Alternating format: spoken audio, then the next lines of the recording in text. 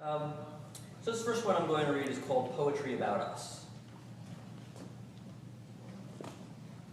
We long for a poetry that would be about us, about how this very morning we were near paralyzed by the uncertainty of nothing in particular, how the light snuck through the window into a room from which our dreams had just escaped, about how our hearts quicken at the smell of the earth distilled in its brown beams, about our small regrets still unwashed in the sink of our neglect, about the smock servant bringing us up the quick check whose lot we briefly contemplate as if it were not our own, about how the rightly timed stagger of green lights and the absence of schmucks in the left lane is for us like God parting the Red Sea, except that it is not away, but towards Egypt that we hurry, hurry, hurry.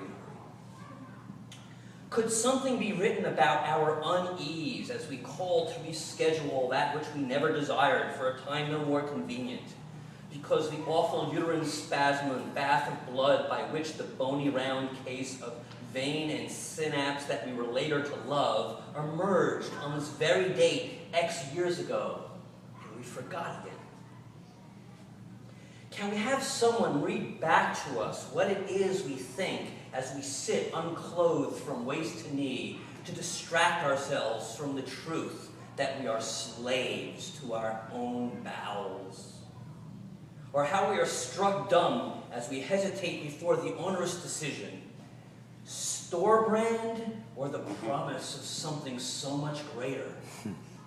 When a prince or princess sprung straight from our inner Disney appears more sudden than our reason, just a little ways down the aisle, looking at something and decoding it, engaged in some calculus of value and price, counting pennies right there, not 2 steps away, beauty that neither puffy jacket nor jet's cap can conceal, the full, palpable melancholy of the great disordered world set in profile right before us, that our equivalently damaged hearts, in their ineffable foolishness, believe they could somehow repair in a life of laughter and sweet shared silences and deep soul-saving collisions of wet and salt. Right there, if only we knew how it is exactly that we might ever stop being to each other so perplexingly and completely unknown.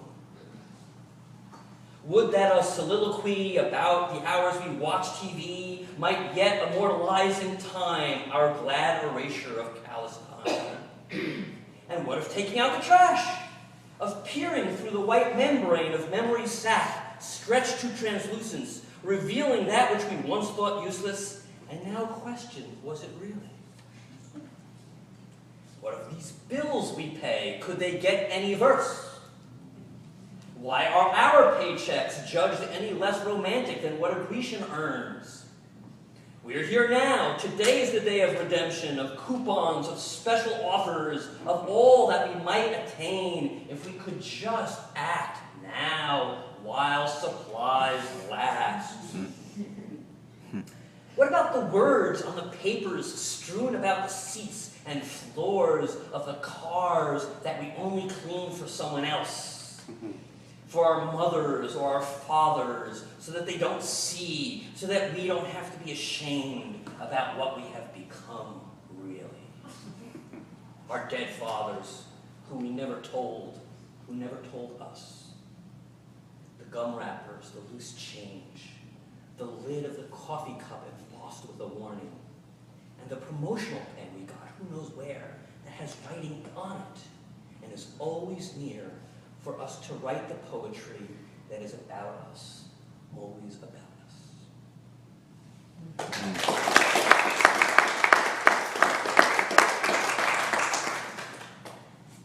This one is entitled, A Metaphysical Case for the Existence of Mind Apart from the Biological Brain. You can tell I argue a lot online with people, so. Consider the perception of color. Start with the wavelength of the light. How it makes your cone cells twitter. How those twitters then ignite. sits and sats, scattered across the numeral gray and steel pink pudding, like that bug zapper on your grandma's porch, as the simmer of July faded into crickets, stars. Let the twin monkey telegraphers transcribe sounds without meaning into a language they do not know, the lateral geniculate nucleus, the layers parvo and magnocellular, triangulating the checkerboard, piecing together the subcortical tesserae, synapse by synapse. Yet all this, and there is still not the blueness that was over Gettysburg.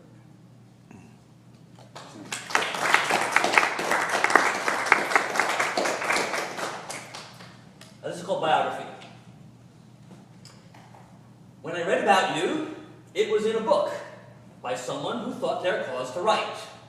Friend, neighbor, co-laborer, the cousin they apparently kept removing. Your song was received by each, and so in the book was none of you, but only what you were to others. How melody is made by ear, as it finds each note where and when it can. And what you sang not alone, but in a forest of listening.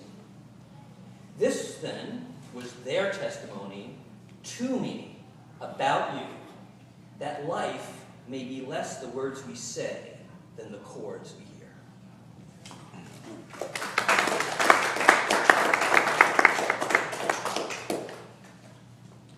Most of these are pretty fresh. This one here was actually published in a, I forget who does it, the College of Mars. There's a guy up there who publishes something. And it's just interesting, I'm reading it now because it's about something that I'm actually about to do in a week.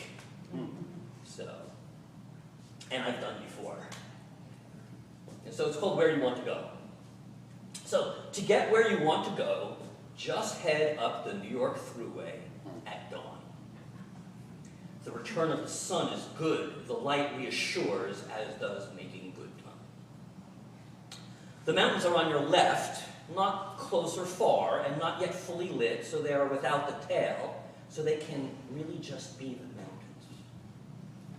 The cars on the road are also good. Without them, you might feel like you own the road, which you don't. You don't own anything. Not too many others, though, and none too close, so you can be in the flow without the flow impinging.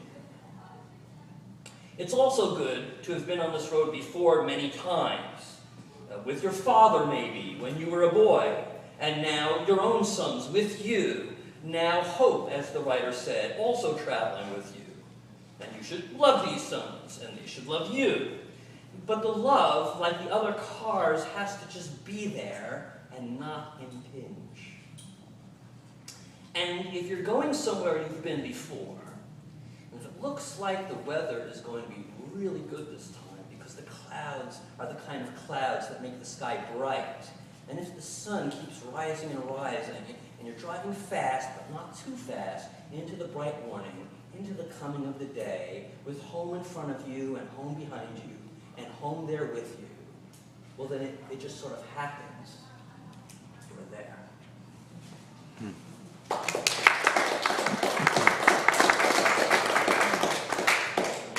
So these are, I'm going to read 3 short poems that I wrote for my wife's exhibit. I don't know if any of you saw it when it was at Oyster Point, but she took a photo from the same spot every week of the Navesink River, and all 52 photos, and it was just a wonderful expression of this one spot, kind of looking from the bridge, the Oceanic Bridge, right out towards Seabright with a lot of sky and some river.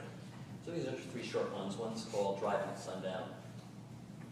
Not the lava lamp of clouds lit by a departing sun, nor the green complication of the riverbank, not the golden chords of a grand remembered chorus, all ascending skyward, but the smaller majesty that calls sky to its earth, that calls the sky heaven, that calls to another by writing it down. And then this is the second one, there'll be 3 in the series. This is called Locust Point Looking East. There is a river above the river, broad as its light and blue-white its proclamation, that before we weren't here, and also will not after be, while there always remains fathomable water and unfathomable air. And this is the last one. It's kind of about the photo exhibit, and it's just called Why We Take and Look at Pictures. There I was, and my eyes drank the sweet, cool color of the invisible breeze. So I thought, here, maybe you'd like some too.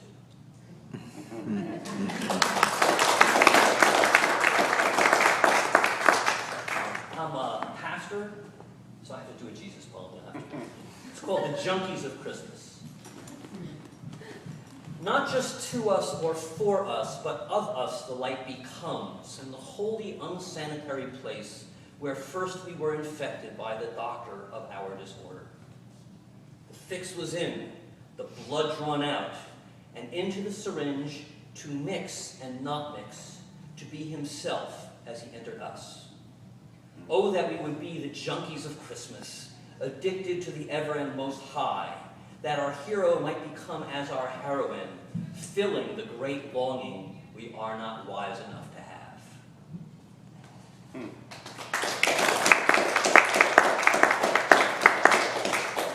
This is the last one. This is called The More That Is. And this is the newest one. Just got written today.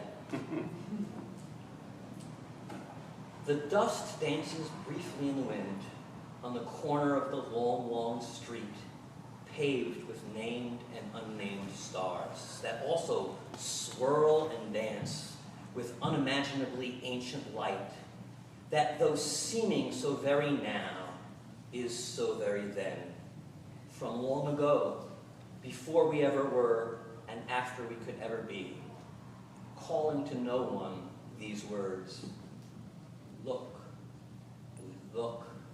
It is not the dust, but the wind that does the dancing.